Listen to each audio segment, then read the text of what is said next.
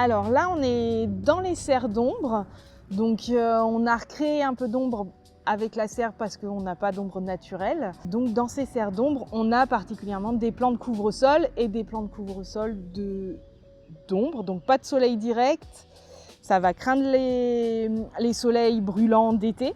Donc parmi ces plantes, il y a des couvre-sols, petits couvre-sols de lieux secs par exemple, qui sont les épimediums avec ces feuillages persistants, feuillage tout crénelé et une jolie petite fleur, on est sur de la fleur jaune pour celui-ci. Après il y a plein de couleurs différentes dans les épimediums, mais voilà, et des floraisons très délicates, très fines.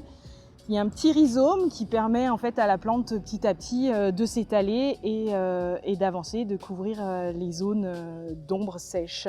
Après, il y a effectivement des plantes plutôt, là on est sur un sol un petit peu plus frais, d'ombre toujours mais ombre fraîche. Et on est sur un Speranta gardeni qui a un feuillage persistant en hiver, qu'on va retailler quand même au printemps parce que des fois il n'est pas toujours très joli quand le nouveau arrive. C'est un petit cousin du muguet. Les plantes de couvre-sol vont nous permettre d'habiller sous les arbres et de permettre de maintenir un peu de fraîcheur et surtout d'éviter toutes les adventices et les mauvaises herbes de venir. Au niveau de l'entretien de ces plantes, on n'est pas sur quelque chose de très compliqué. Il faut être un petit peu patient à l'installation. Mais une fois implantées, elles vont vivre leur vie toutes seules. On va venir de temps en temps enlever un peu les feuillages qui se sont abîmés pendant l'hiver, mais sinon c'est des plantes qui n'ont pas spécialement besoin d'entretien. On peut effectivement utiliser tout ce qui est fougère. On a de la fougère à feuillage persistant et de la fougère à feuillage non persistant.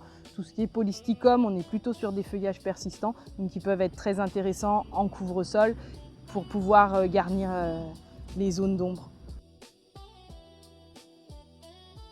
On a parlé pour l'instant des plantes les couvre-sols d'ombre, mais il y a évidemment des couvre-sols de soleil avec tout ce qui est les thym, par exemple, les phlox qui peuvent être très intéressants. On a plusieurs sédums aussi qui peuvent être utilisés en couvre-sol avec des feuillages persistants et qui vont permettre d'habiller les zones pas toujours faciles à utiliser.